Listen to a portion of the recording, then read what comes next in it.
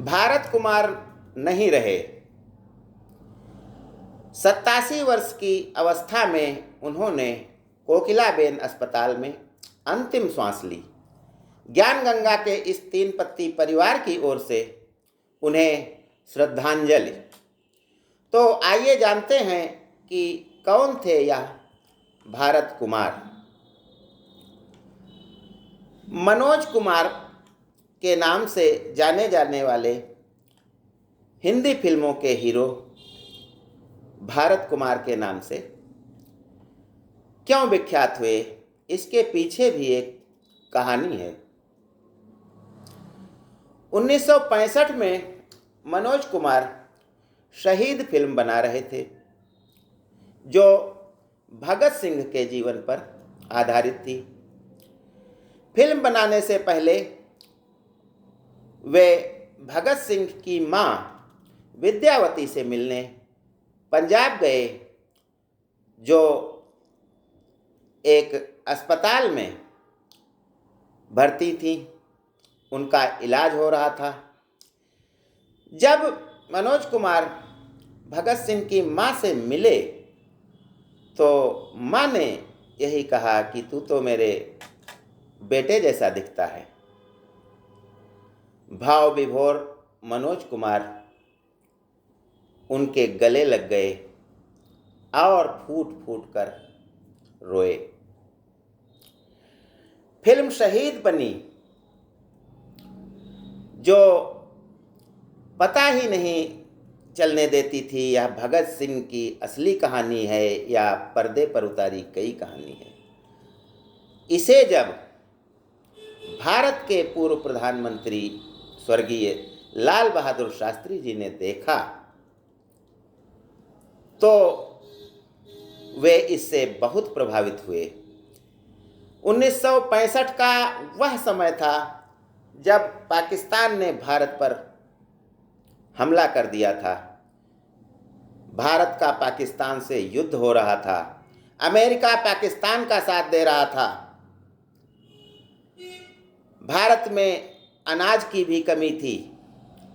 लोगों को खाने के लिए अनाज नहीं था और अमेरिका ने भी धमकी दे दी थी कि यदि आप पाकिस्तान से लड़ाई करेंगे तो हम वह लाल रंग का गेहूं नहीं देंगे हिंदुस्तान को जो अमेरिका में सुअरों को खाने के लिए दिया जाता है। स्वाभिमानी प्रधानमंत्री शास्त्री जी ने कहा था अमेरिका से कि वह गेहूं मैं नहीं लेना चाहता हूं, मैं भूखों रह लूँगा, मेरा देश भूखों रह लेगा, लेकिन वो उस गेहूं को नहीं लेगा आपके। जिसके कारण उन्होंने किसानों की दशा सुधारने के लिए जय जवान और जय किसान का नारा एक साथ दिया। युद्ध में जो लड़ रहे हैं उनके लिए जय जवान और जो खेती कर रहे हैं उनके लिए जय किसान का नारा दिया। शहीद फिल्म देख करके जब शास्त्री जी के मन में इच्छा जागृत हुई कि इस समय आवश्यकता है कि हमारा सारा भारत देश भारत को जाने और किसान अधिक से अधिक अन्न उपजा करके खाने की कमी को पूरा कर दें, उपवास न करना पड़े, तो उन्होंने मनोज कुमार को दिल्ली बुलाया और कहा कि आप भारत की माटी पर एक फिल्म बनाइए जो हमारे देश का प्रतिनिधित्व करती हो। मनोज कुमार ने उसी समय ठान लिया था कि वे उपकार बनाएंगे। बम्बई आते आते उन्होंने उपकार की कहानी भी लिख ली थी। फिल्म बनी और चारों ओर फैल गई, लेकिन प्रधानमंत्री शास्त्री जी इस फिल्म को देखने के लिए जीवित नहीं रहे। उपकार फिल्म हिट हुई और सारे भारत ने उसे देखा। उसके बाद उन्होंने भारत की गरीबी और बेरोजगारी पर फिल्म बनाई 1974 में, रोटी कपड़ा और मकान। उसके बाद उन्होंने बनाई फिल्म पूरब और पश्चिम, जिसे देख करके भारत के लोगों ने भारत की विरासत को समझा और भारत को जाना, भारत की संस्कृति को जाना, भारत की सभ्यता को जाना और वर्षों से जो अपमानित होने की परंपरा चल रही थी वह स्वाभिमान में बदल गई। इसीलिए इनका नाम पड़ा भारत कुमार। तो आइए जानते हैं इनके जीवन के प्रमुख अंश। 1937 में एटबाबाद में इनका जन्म हुआ था, जहां लादेन मारा गया था। लादेन अंतिम समय में रह रहा था। 10 साल की अवस्था में ये भारत आए अपनी माँ के साथ। इनकी माँ गर्भवती थी। उस समय भारत विभाजन के कारण भारत और पाकिस्तान के बीच लूट मार बलात्कार यही सब चल रहा था। अफरा तफरी के इस माहौल में 10 साल का यह बालक दिल्ली के रिफ्यूजी कैंप में ठहरता है, जहां उनकी मां को एक पुत्र पैदा होता है। लेकिन उस पुत्र की जो नवजात था उसकी उचित देखभाल नहीं हो पाई, उसका इलाज नहीं हो पाया, जिसके कारण वह 2 महीने में ही मर गया। इससे मनोज कुमार का हृदय विदीर्ण हो उठा और उन्होंने सोचा कि यह डॉक्टरों की लापरवाही है। उन्होंने एक डंडा उठाया और डॉक्टर नर्स जो भी मिला उसको पीटना शुरू कर दिया। किसी तरह से इनके पिता ने इनके गुस्से पर लगाम लगाई और दिल्ली में ही ये रहने लगे, जहाँ से इन्होंने अपनी पढ़ाई शुरू की। पढ़ाई के बाद ये रोजगार की तलाश में बम्बई आ गए, जहाँ पर इनको काम मिल गया फिल्मों में। लाइट और फिल्मी सामान को ढोने और सेट लगाने पर इनको रख लिया गया। हीरो जब खड़ा होता था कैमरे के सामने तो उस पर लाइटिंग डाली जाती थी, तो उसके परीक्षण के लिए इनको कहा गया। ये खड़े हो जाते थे हीरो के सब की जगह और लाइट पड़ती थी, लोग जानते थे हाँ ठीक है लाइटिंग।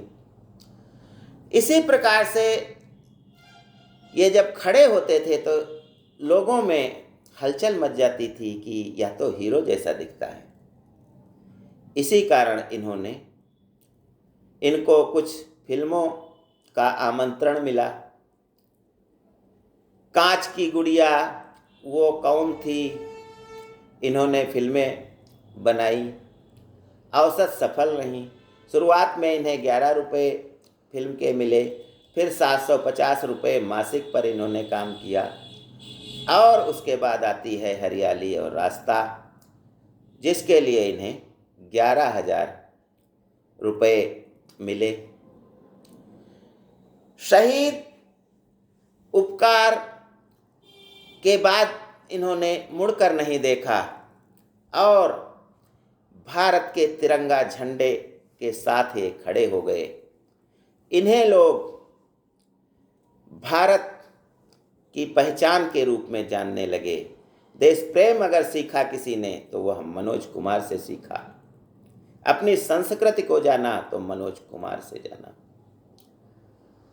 अमिताभ बच्चन की फिल्में लगातार फ्लॉप हो रही थीं। वे बम्बई छोड़ करके दिल्ली आना चाहते थे। तभी मिल गए उन्हें मनोज कुमार और उन्होंने रोक लिया अमिताभ जी को और अपनी फिल्म रोटी कपड़ा और मकान में उन्हें एक रोल दे दिया, जिसके कारण अमिताभ एंग्री यंग मैन आगे चलकर बन गए। 1975 में जब इंदिरा गांधी जी ने आपातकाल लगाया तो मनोज कुमार ने उसका विरोध किया। इंदिरा जी ने इनकी 10 नंबरी फिल्म पर रोक लगा दी। हिम्मत नहीं हारे मनोज कुमार और कोर्ट के माध्यम से उस फिल्म को रिलीज कराने में सफल हो गए। इनकी जो भी फिल्में हैं उनमें देश प्रेम की झलक दिखती है। 1980 के बाद जब सिनेमा बदल रहा था तो इन्होंने अपने हाथ पीछे खींच लिए, क्योंकि सारा भारत इन्हें भारत कुमार के नाम से जानता था। इनका असली नाम तो हरि कृष्ण गोस्वामी था, जो इन्होंने भारत कुमार कर लिया था अपने कार्यों के द्वारा। लेकिन मनोज कुमार नाम कैसे पड़ा, इसका भी एक किस्सा है। जब ये अस्पताल में थे, इनकी रिफ्यूजी कैंप के अस्पताल में थे, तो इन्होंने एक दिलीप कुमार की फिल्म देखी थी जिसमें उनका नाम मनोज था।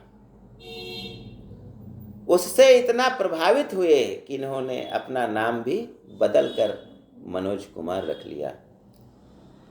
एक बार दिलीप कुमार को फिल्म में मरते हुए इन्होंने देखा, लेकिन अगली फिल्म में फिर उनको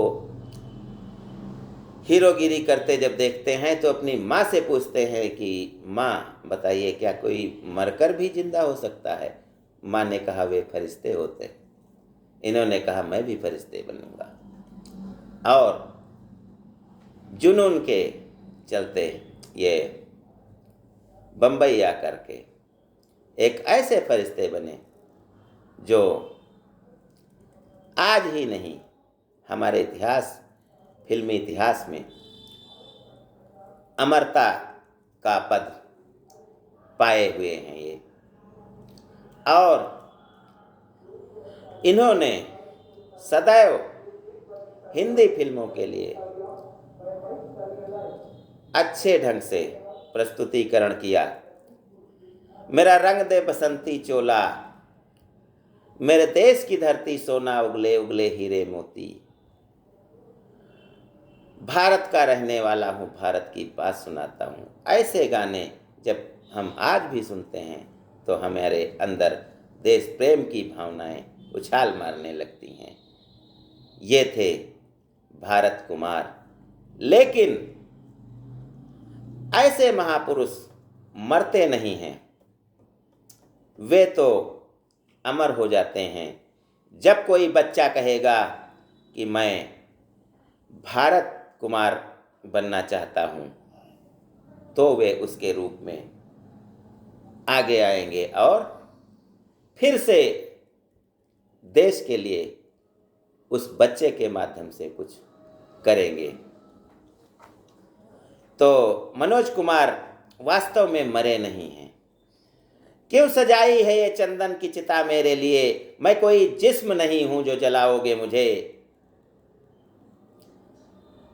मैं बिखर जाऊंगा रास्ते पर, तुम जहां खाओगे ठोकर वहीं पाओगे मुझे। ज्ञान गंगा में बस आज इतना ही। जय हिंद, जय भारत।